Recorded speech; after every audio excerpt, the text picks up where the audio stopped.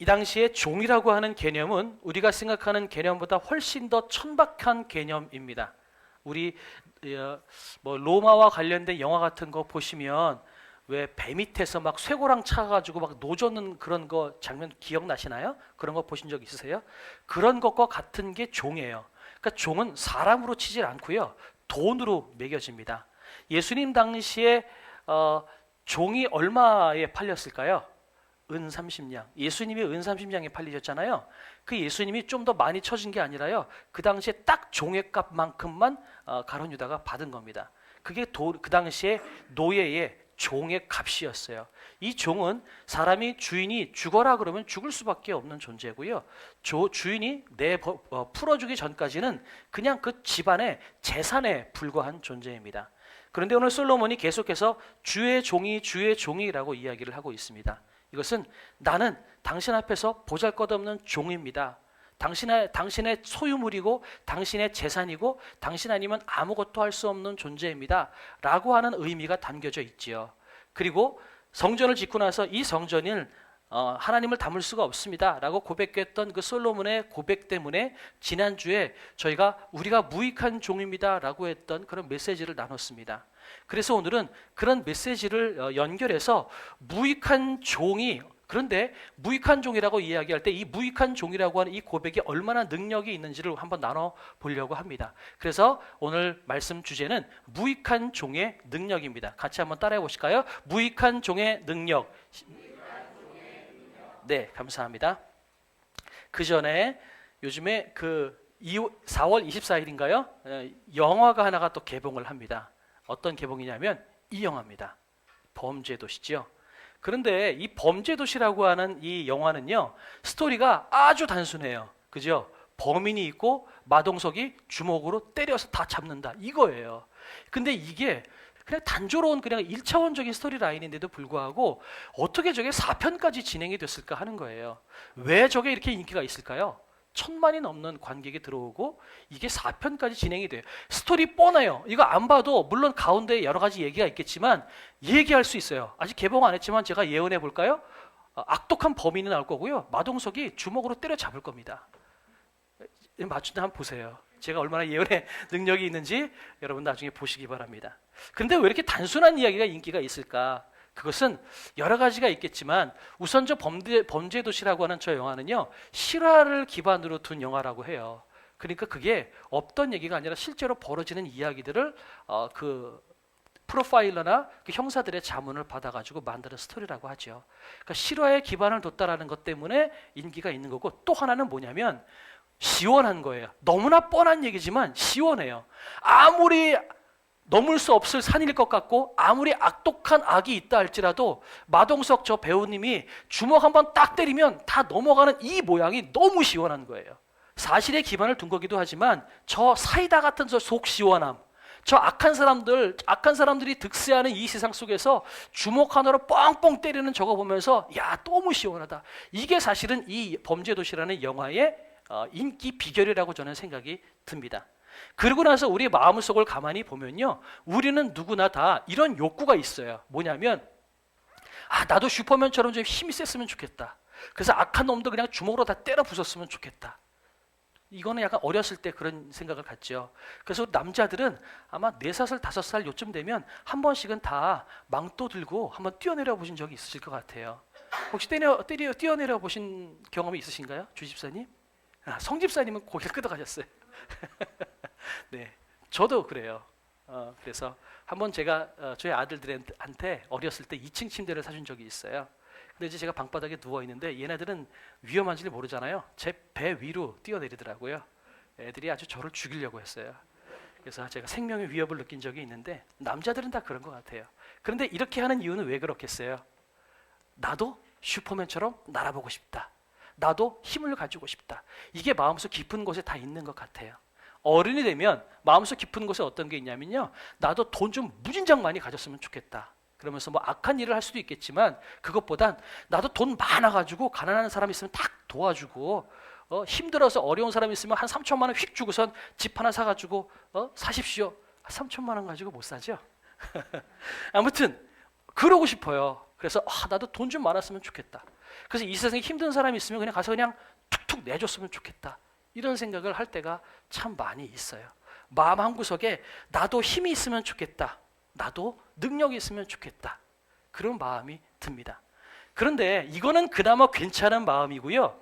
조금 안 좋은 마음들은 뭐냐면, 이 사람들이 강한 사람한테 약하고 약한 사람한테 강한 사람들이 있어요. 그죠? 자기가 가지고 있는 주목과 권세, 이거 믿고선 약한 사람들을 윽박지르고 그 사람들을 누르는 사람들이 많다라는 거죠. 저는 참 제일 비겁한 사람이 이런 사람인 것 같아요. 강약, 약강. 강한 사람한테 약하고 약한 사람한테 큰 소리 치는 조직폭력배나 그런 분들, 저는 그런 분들이 제일 비겁한 사람들인 것 같아요. 오히려 강한 사람한테 강하고 약한 사람한테 약한 그런 사람이 되어야 하지 않을까? 그런 생각이 이제 들어요. 자, 제가 오늘은 이제 이 힘을 가졌으면 좋겠다, 막 힘을 가지고 다 때려 부셨으면 좋겠고 사회 정의를 구현했으면 좋겠다, 이런 마음속 깊은 곳에 있는 우리의 있는 욕구에 대해서 살짝 말씀을 드렸습니다.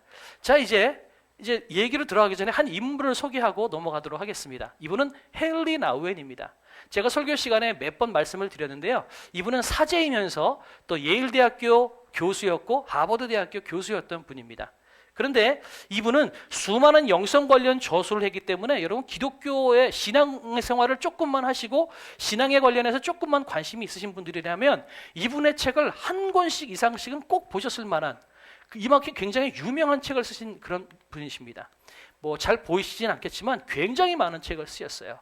십자가의 전달자, 아담, 내 사랑하는 자, 영성일기, 수도 없이 많은 책을 써서 저도 이분의 책을 10권 이상을 본 것 같아요.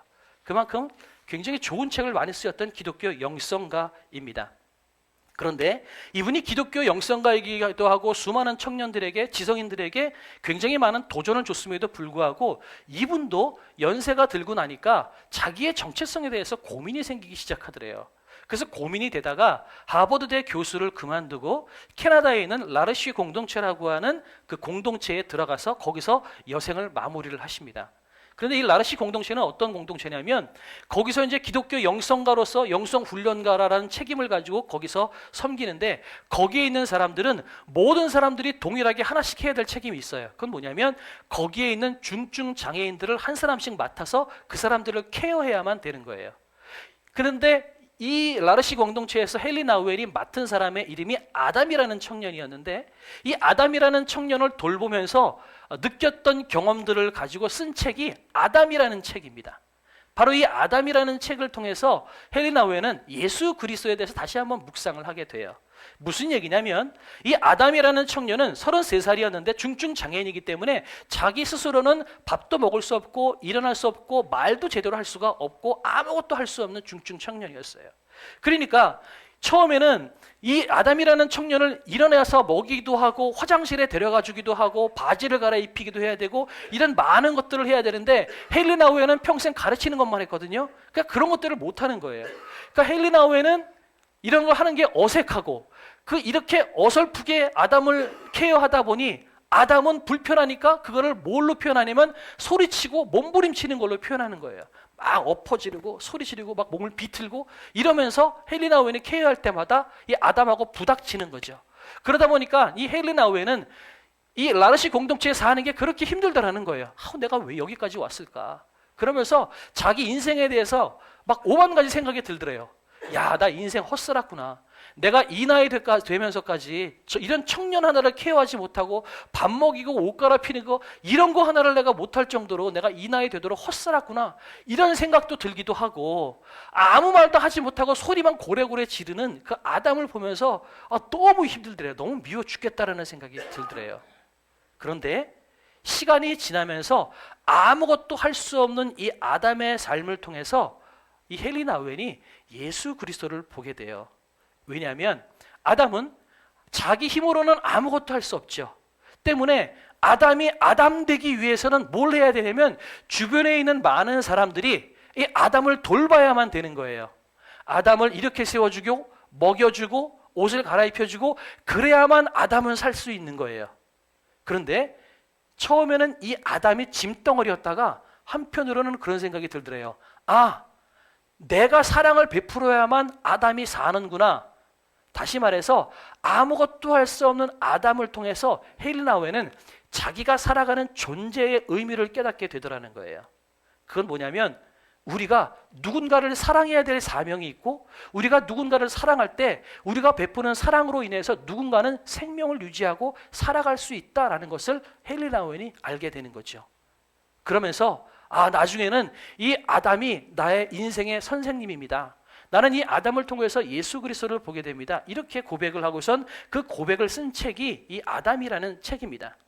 연약한 모습을 통해서, 그리고 한계와 장애를 안고 있어서 아무것도 할 수 없는 존재이지만 동시에 아담은 수많은 사람들의 사랑을 받으면서 나도 사랑받을 만한 존재인데 당신도 사랑받을 만한 존재입니다 라는 메시지를 온몸으로 주는 그 아담을 보면서 그렇구나, 우리는 모두가 사랑받을 만한 존재구나, 그렇게 깨닫게 되더라는 거죠. 저 뒤에 나오면 이제 다니엘 기도회 강사님 중에 마지막 날 하준 파파라고 하는 유튜버가 강사님으로 나오세요. 아들이 있었는데 그 아들이 골칫덩어리였거든요. 아프고 케어하고. 나중에 이 아들이 너무 밉더래요. 그런데 나중에는 이 아이를 통해서 하나님을 만나게 되고요, 하나님의 사랑에 대해서 다시 한번 더 깊이 깨닫게 되더라는 거죠. 여러분, 혹시 우리 주변에 여러분을 귀찮게 하고 여러분의 삶을 제한하게 만드는 장애우나 약자나 아픈 사람들이 있다면요, 불편할 수 있어요. 그런데 우리가 생각을 다시 하면 좋겠어요. 그분을 통해서 예수님께서 우리에게 말씀하시고 계신다는 사실을 우리가 깨달았으면 참 좋겠다라는 생각이 듭니다. 그분의 인생을 통해서, 가장 약한 사람의 인생을 통해서 우리에게 말씀하시는 것이 있어요. 그래서 그분을 짐덩어리로 보기보다 하나님의 메시지를 우리에게 전해주는 존재로 우리가 깨달았으면 참 좋겠다라는 생각이 들어요. 자, 그래서 이 아담을 통해서 쓴 책의 내용에 이런 얘기가 있어요. 제가 그냥 그대로 퍼왔어요. 한번 읽어볼게요. 당신들이 사랑으로 나를 둘러싸고 있을 때에만, 다시 말해서 당신들이 서로 사랑할 때, 서로 사랑하고 나를 사랑할 때만 나는 살 수 있습니다. 그렇지 않으면 내 삶은 쓸모없고 나는 짐이 될 뿐입니다. 가장 연약하고 상처받기 쉬운 사람들을 통해서 말씀하시는 하나님의 음성에 귀를 기울여 보십시오. 하나님의 사랑받는 자로서의 기쁨과 소망을 되찾게 될 것입니다. 묵묵히 침대에서 잠들어 있는 아담을 이렇게 쳐다보는 헬리나우엔이 잠들어 있는 아담이 자기에게 그렇게 얘기하는 것 같더래요. 그 이야기를 자기 책에다가 써놓는 거예요. 자고 있는 아담이 얘기하는 거죠. 당신이 나를 사랑하기 때문에 나는 지금 생명 유지하고 있습니다. 그만큼 당신의 사명은 나를 사랑하고 서로를 사랑해서 생명을 살리는 겁니다. 당신은 지금 귀한 일을 하고 있는 겁니다. 더불어서 나도 사랑받을 만한 존재인데 우리 모두가 한계를 가지고 있잖아요. 다 장애를 가지고 있어요. 그러나 우리 모두는 사랑받을 만한 존재입니다 라고 하는 이야기를 아담이 지금 하고 있다라는 겁니다. 더 나아가서 그래서 헬리나우엔이 아담을 내 인생의 스승님이다 라고 마지막에는 고백을 하면서 더 나아가서는 아담을 통해서 예수 그리스도를 만나게 됩니다. 왜냐하면 아무것도 할 수 없었던 아담, 자기 힘으로는 말 한마디 할 수 없었던 아담을 통해서 자기의 사명이 뭔지를 깨달았고 자기가 사랑받을 만한 존재라는 것을 깨달으면서 예수님을 보게 됐대요. 왜냐하면 예수님은 이 땅에 메시아로 오셨지만 가장 무능한 존재로 오셨기 때문에 그래요. 예수님께서 어디로 나타나셨죠? 하나님의 아들이세요. 전지전능하신 분이시고 천지를 만드신 하나님이세요. 그런데 그 예수님께서 아기의 모습으로 태어나셨고 말구유에 태어나셨어요. 엄마가 젖을 먹이지 않으면 배고파 죽을 만한 연약한 어린 아기. 기저귀를 갈아줘야 되고 물을 먹여줘야 되고 매번 뒤집어줘야 되고 매번 눈길을 주지 않으면 자기 힘으로는 살아갈 수 없는 약한 연약한 어린 아기로 태어나셨다라는 거죠. 그 어린 아기로 태어난 예수님이 아담을 통해서 보이더라는 거죠. 예수님을 한번 생각해 보세요. 예수님은 말구에서 태어나셨고 공생의 사역을 시작하시면서도 사단의 시험을 받았습니다. 그리고 당신의 말씀으로 지으신, 당신의 손으로 지으신 인간의 손에 죽임을 당했다라는 거예요. 한번 상상을 해보세요. 지난주 우리 예배 시간에 바퀴벌레 하나 기어다녀가지고 우리 홍 집사님 막 발로 밟았잖아요. 바퀴벌레도 여러분, 우리는 마음만 먹으면 밟아 죽일 수 있는 존재예요. 그죠? 그런데 만약에 바퀴벌레가 나를 죽이려고 달려들었다고 한번 생각해 보십시다. 그러면 우리는 어떻게 하겠어요? 뭐 에프킬라를 뿌리든지 발로 밟든지 해서 죽일 수가 있어요. 그런데 예수님이 인간의 손에 죽임을 당한 건요, 이 바퀴벌레가 사람을 죽인 것보다 훨씬 더 충격적인 사건이라는 사실을 여러분이 생각하셨으면 좋겠어요. 우리도 피조물이고 바퀴벌레도 피조물이에요. 같은 피조물임에도 불구하고 우리는 바퀴벌레 죽이는 거 하나에 대해서 눈 하나 깜짝 안 하고 죽일 수가 있어요. 조금이라도 우리를 귀찮게 만들고 조금이라도 우리 눈에 거슬러 버리면 죽여버릴 수 있어요. 그런데 그것보다 더 하찮은 창조주가 피조물의 손에 죽임을 당한다는 것, 이거는 상상할 수 없는 거라는 거예요. 그런데 그 예수님께서 그 능력이 있으면서도 불구하고 아무것도 안 하시고 묵묵부답이시면서 수동적으로 끌려가시더라는 겁니다. 깨물면 물리고 때리면 맞고 찌르면 찔리면서도 예수님은 묵묵히 끌려다니셨습니다. 마치 우리가 바퀴벌레에게 질질 끌려다니면서 피를 흘리는 것처럼 예수님은 인간의 손에 질질 끌려다니면서 한마디 말씀도 하지 않으셨다는 거죠. 여러분, 예수님의 고난이라고 하는 저 패션, 우리 패션 오브 크라이스트라고 아실 텐데요. 패션이라고 하는 저 단어는 두 가지 뜻을 가지고 있어요. 열정이라는 뜻과 고난이라는 뜻을 가지고 있습니다. 왜냐하면 열정이 있는 사람이 고난을 당해요. 이 인류를 구원하시려고 하셨던 열정이 있으셨기에 예수님은 고난을 당하실 수밖에 없었죠. 그래서 패션 오브 크라이스트인데, 문제는 저 패션이라고 하는, 고난이라고 하는 의미를 가지고 있는 저 패션이 라틴어의 동일한 어원을 가지고 나왔는데 수동적인이라고 하는 뜻의 패시브와 같은 어원을 가지고 있어요. 다시 말해서 수동적인 순환을 당한다는 것은, 고난을 당한다는 것은 수동적으로 질질 끌려다닌다는 것을 의미하는 것입니다. 예수님이, 능력 많으신 예수님이 수동적으로 질질 끌려다니셨다는 거예요. 바로 이것을 이 헤일리 나우에는 아담의 모습을 통해서 봤다라는 거죠. 예수님은 병사들에 의해서 유대인들에게 그리고 로마 군사들에게 끌려나가셨습니다. 그 순간서부터 예수님은 아무것도 하지 않으셨습니다. 묵묵히 끌려다니셨고 끝까지 수동적으로 당하기만 하셨습니다. 때리면 맞고 찌르면 찔리고 꺾으면 꺾였고 침 뱉으면 침을 온전히 다 맞으면서 예수님은 한마디 하지 않으셨습니다. 당신이 능력이 없으셔서일까요? 있으셨어요. 이미 그 이전에 죽은 자를 살리셨고 5,000명을 먹이셨던 분이셨어요. 그런데 그 능력 한 번만 발휘하면 그 법정에 있는 그 많은 사람들, 유대인들, 그 많은 병사들 한꺼번에 쓸어버릴 수 있었는데 예수님은 끝까지 안 하셨다는 거죠. 끝까지 당신의 능력을 쓰시기를 포기하지 않으셨고 가장 약한 모습으로 계셨습니다. 그런데 그 예수님의 삶의 그 위대한 능력은요, 그분이 기적을 행하셨고 죽은 자를 살리셨기 때문에 그분이 위대하신 것이 아니라 그분이 죽임을 당하시고 수동적으로 끌려당하시면서 온 인류를 구원하신 메시아로서의 위치를 지키셨다는 것이 그분의 신비라는 겁니다. 그분이 수동적으로 끌려다니셨지만 그분은 온 인류를 구원하셨어요. 그래서 그분이 징계를 받음으로 우리가 평화를 누렸고 그분이 채찍에 맞음으로 우리가 나음을 입었다라고 성경은 이야기하고 있죠. 이보다 더한 포기가 세상에 어디 있겠어요? 그죠? 예수님의 그 인생을 전체를 보면 예수님은 언제나 그 사단의 속삭임 가운데 있었습니다. 사단은 평생토록 예수님을 따라다녔어요. 어떤 때는 사단의 모습을 가지고 나타나시기도 했고, 어떤 때는 베드로의 모습으로 나타나기도 했고, 어떤 때는 가룟 유다를 동원하시기도 했고, 어떤 때는 유대인 종교 지도자들을 통해서 사단은 끊임없이 역사했습니다. 그런데 사단의 역사는 어떤 역사인 줄 아세요? 사단은 예수님 옆에서 항상 이렇게 얘기합니다. 당신이 메시아라며. 메시아면 바람을 불어가지고 탁 쓸어버려야지. 천둥번개를 쳐가지고 저 악한 사람들을 다 죽여버려야지. 손을 들어서 폭풍을 일으켜야지. 당신 그렇게 무의미하게 무능력하게 그렇게 있으면 사람들도 무시해. 메시아는 그렇게 살면 안 돼. 메시아는 힘을 내야 돼.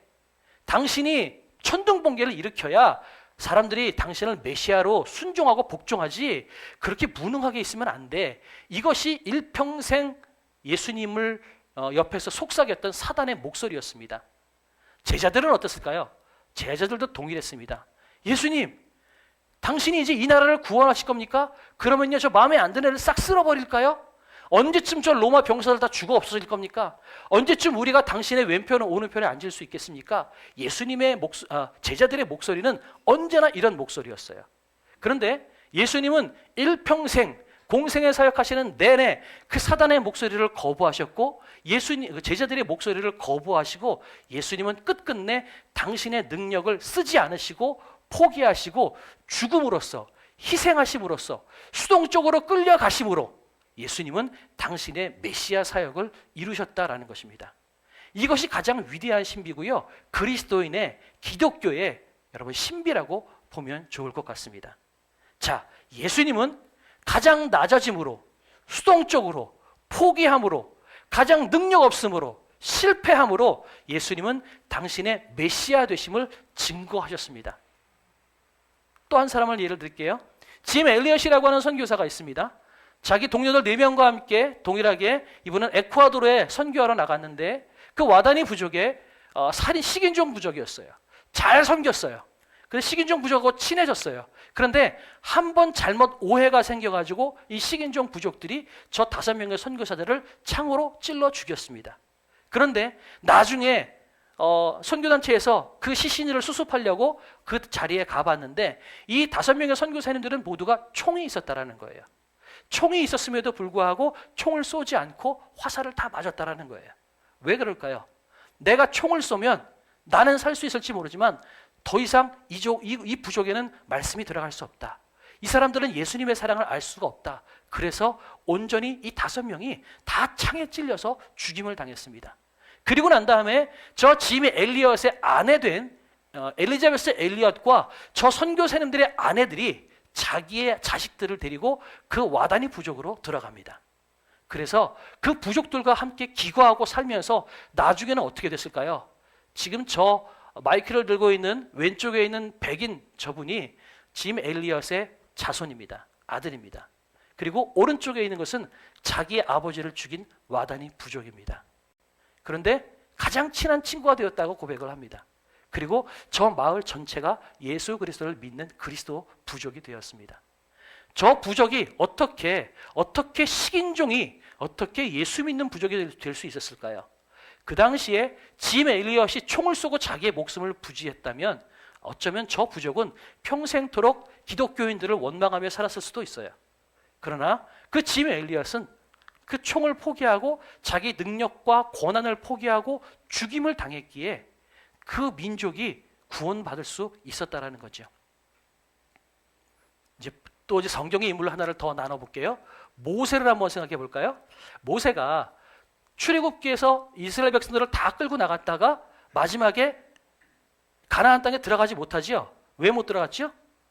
하나님께서 이스라엘 백성들이 물 좀 달라고, 왜 광야 땅에서 우리 죽이냐고 이야기했을 때 하나님께서 반석에다가 명령해서 물을 내라 말씀하셨는데, 이 모세가 열이 받아가지고 지팡이로 반석을 2번 뚝뚝 두드렸거든요. 그랬더니 하나님께서 뭐라고 말씀하시냐면, 너 왜 내 명령대로 안 해? 넌 죽어. 너는 저 땅에 못 들어가. 라고 하나님께서 말씀하십니다. 본문을 보니까요, 모세도 들어가고 싶었던 것 같아요. 그래서 하나님께 기도합니다. 민수기 20장에서 기도하는데요, 하나님, 당신은 전능하신 하나님이십니다. 당신께서 날 좀 들어가게 해주십시오. 이렇게 모세가 기도해요. 근데 하나님이 뭐라고 말씀하셨게요? 너는 들어갈 수 없어. 더 이상 그 말에 대해서 거론하지 마. 성경이 그렇게 단호하게 말씀하고 있어요. 하나님께서 더 이상 이 말 꺼내지 마. 너는 못 들어가. 이렇게 하나님께서 단호하게 말씀하셨는데, 거기에 대해서 모세는 하나님께서 명령하신 대로 여호수아를 후계자로 삼고 그 다음에 느보산에 올라가서 하나님과 함께 그 느보산을 보고 난 다음에 모세는 조용히 그 자리에서 숨을 거두게 됩니다. 그런데 그 장면이 성경을 보면서 제가 하나님이 참 죄송합니다. 하나님 왜 이런 하나님이지? 이해가 안 되는 하나님인 거예요. 근데 오늘 이 본문의 맥락과 함께 다시 한번 그 모세의 삶을 생각해 보니까 이해가 되는 부분이 있어요. 한번 볼까요? 신명기 34장 1절부터 6절인데 같이 한번 읽어보겠습니다. 시작. 모세가 모압 평지에서 느보산에 올라가 여리고 맞은편 비스가 산 꼭대기에 이름에 여호와께서 길르앗 온 땅을 단까지 보이시고 또 온 납달리와 에브라임과 므낫세 땅과 서해까지의 유다 온 땅과 네겝과 종려나무의 성읍 여리고 골짜기 평지를 소알까지 보이시고 여호와께서 그에게 이르시되 이는 내가 아브라함과 이삭과 야곱에게 맹세하여 그의 후손에게 주리라 한 땅이라. 내가 네 눈으로 보게 하였거니와 너는 그리로 건너가지 못하리라 하시매 이에 여호와의 종 모세가 여호와의 말씀대로 모압 땅에 죽어 베푸얼 맞은편 모압 땅에 있는 골짜기에 장사되었고 오늘까지 그의 묻힌 곳을 아는 자가 없는지라. 여러분 이걸 여러분의 모세 인생이 여러분의 인생이라면 어떻게 생각되시겠어요? 평생토록 하나님의 명령 붙잡고 왔는데 자기는 못 들어간대요. 더군다나 죽었는데 무덤도 없어요. 무덤도 후손들이 찾지 못하는 그런 인생을 살고 있습니다. 왜 하나님께서 모세를 저렇게 하셨을까요? 오늘 마동석시에서부터 시작해서 계속해서 힘에 대해서 제가 말씀을 드리고 있어요. 만약에 모세가 가나안 땅에 들어갔다고 칩시다. 상상해 볼까요? 어떻게 됐을까요? 가나안 땅에 들어가면 태평성대예요. 물론 전쟁은 있겠죠. 가나안 족속들을 물리치겠죠. 하지만 땅을 분배받고 그 사람들은 정착해서 농사를 지으면서 살게 될 거예요. 그러면 이스라엘 백성들은 그 다음부터 뭘 생각할까요?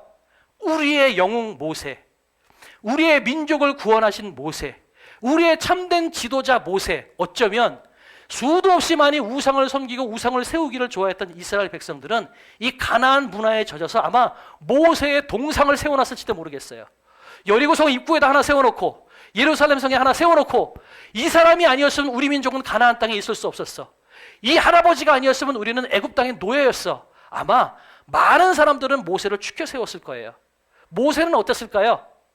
그래, 많은 사람들이 추켜 세우고 칭찬하면 맞아, 나 아니었으면 여기 못 왔지. 아마 그런 마음이 모세 가운데 들었을 수도 있어요. 다시 말해서 하나님보다 모세가 더 높아질 가능성이 충분히 있었다는 거죠. 그런데 이 상황 가운데서 하나님께서 너는 들어가지 말아라 라고 말씀하시는 것은 너는 죄를 지었으니 벌 받아라 라는 의미가 아니라 저게 지금 느보산 입구입니다. 지금 성지순례 가면 저렇게 보이는데요. 하나님께서 저 많은 지역을 보이시면서 봐라, 여기부터 여기까지가 내가 너에게 인도한 땅이다 라고 말씀하시는 거죠. 무슨 말이냐면 봐라, 내가 너에게 명령한 것 네가 잘 순종하고 지금까지 지켜서 여기까지 왔다. 저 눈에 보이는 것은 너의 기도와 너의 헌신과 너의 수고 때문에 여기까지 온 거다. 저 눈앞에 보이는 많은 것들은 너의 눈물과 너의 희생이 있었다. 그런데 너 저기 들어가면 그동안 너는 내 종으로서 하나님의 자녀로 그렇게 멋있게 살았을지 모르지만 너 저기 들어가면 어쩌면 이스라엘 백성들의 우상이 될 수도 있고 너도 나보다 더 높아져서 어쩌면 너야말로 넘어지고 쓰러질 수밖에 없는 가장 악한 존재가 될 수도 있지 않겠냐? 너 그동안 수고했다. 저기 들어가서 그동안 살았던 모든 인생을 한꺼번에 손바닥 뒤집듯이 뒤집어지는 그런 죄악의 사람으로 살아가지 말고 차라리 여기서 나랑 같이 살자. 이게 하나님의 마음이죠. 그리고 모세가 죽었을 때 모세 무덤이 만약에 알다면 여러분 유대인들에게 모세가 얼마나 중요한 존재겠어요. 아마 거기는 아마 궁전이 세워졌을지도 모르겠어요. 그런데 하나님은 그 사실을 아시니까 모세의 무덤조차 이스라엘 백성들에게 알려주지 않습니다. 왜요? 너 이름 없이 빛도 없이 죽는 것이 그것이 진짜 능력이다. 네가 무덤 세워져서 죽을 때까지 죽고 나서 네 무덤에 사람들이 절하고 많은 사람들이 성지순례 오듯이 와서 많은 사람들이 기도하고 그런 모습 보면 너 마음이 좋겠냐?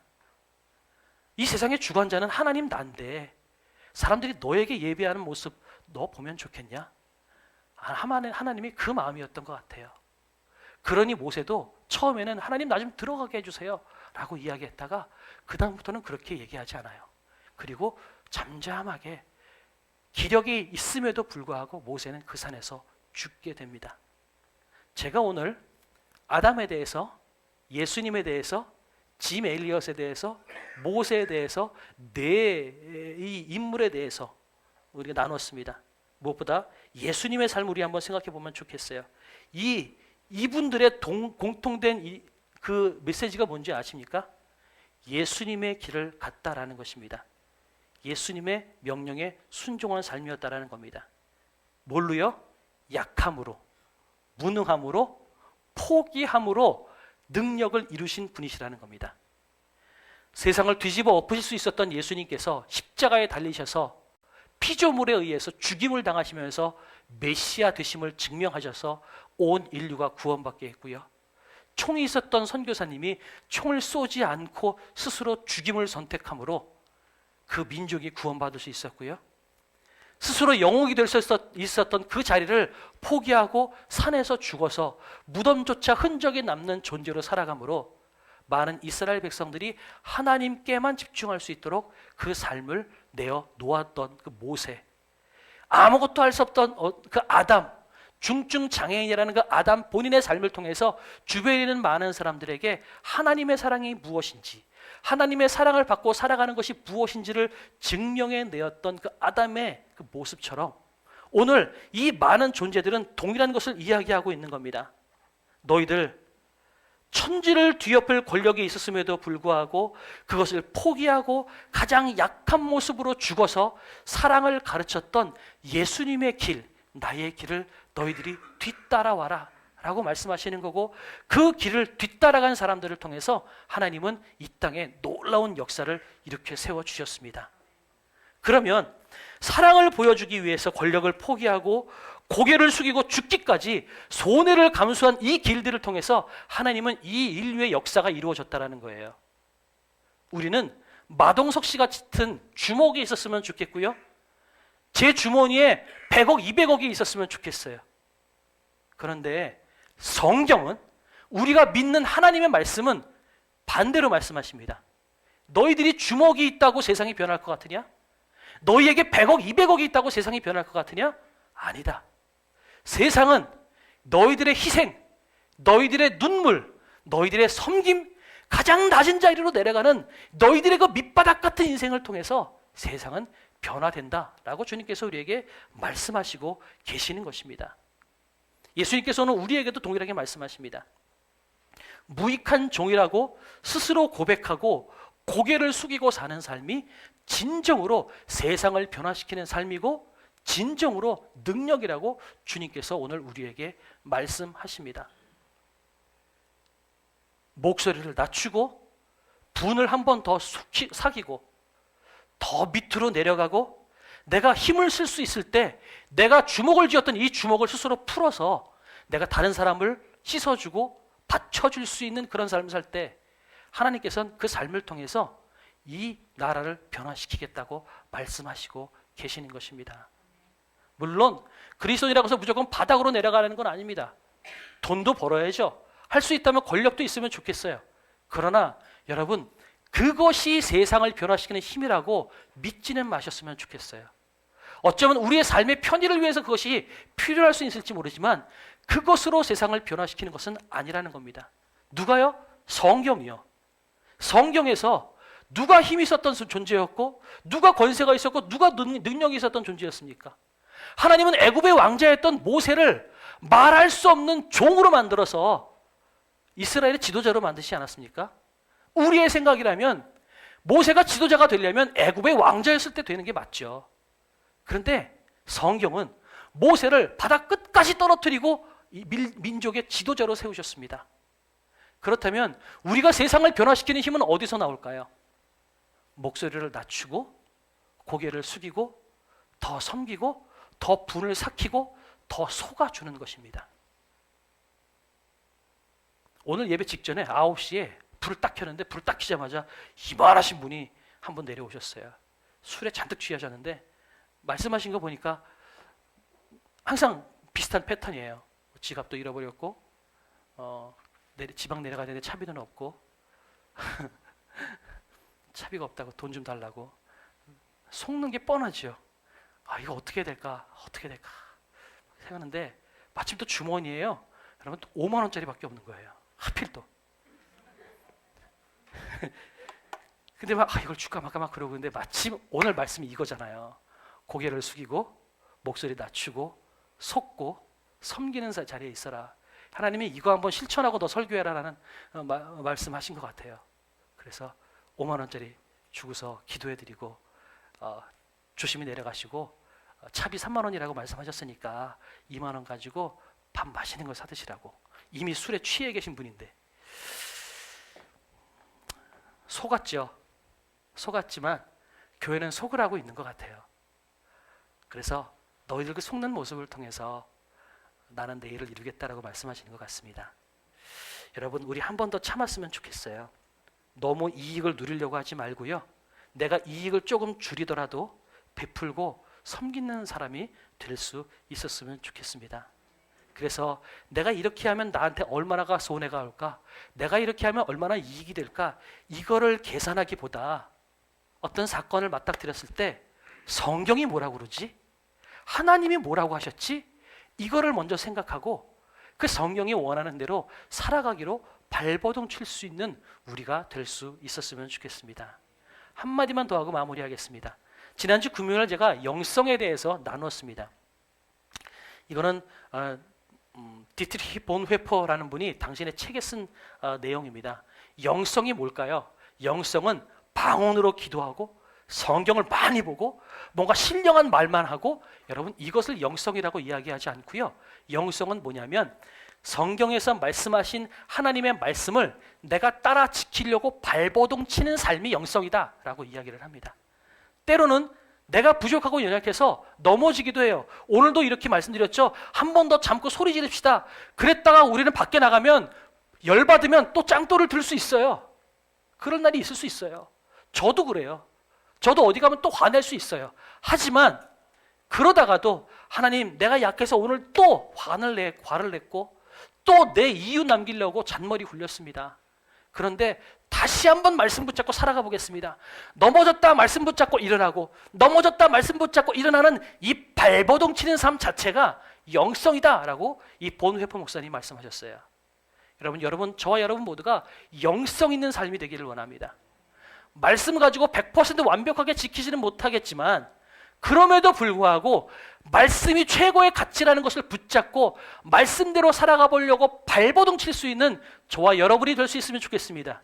혹여 넘어졌을 땐 나는 못나서 넘어졌어가 아니라, 그래 나 넘어졌지만 그래도 하나님이 나를 이렇게 세워주시니 다시 한번 일어나서 다시 한번 도전해보자, 이 마음 가지고 다시 한번 그 말씀대로 살아가 보려고, 말씀의 가치대로 살아가 보려고, 그렇게 여러분이 살아가는 저와 여러분이 되었으면 좋겠습니다.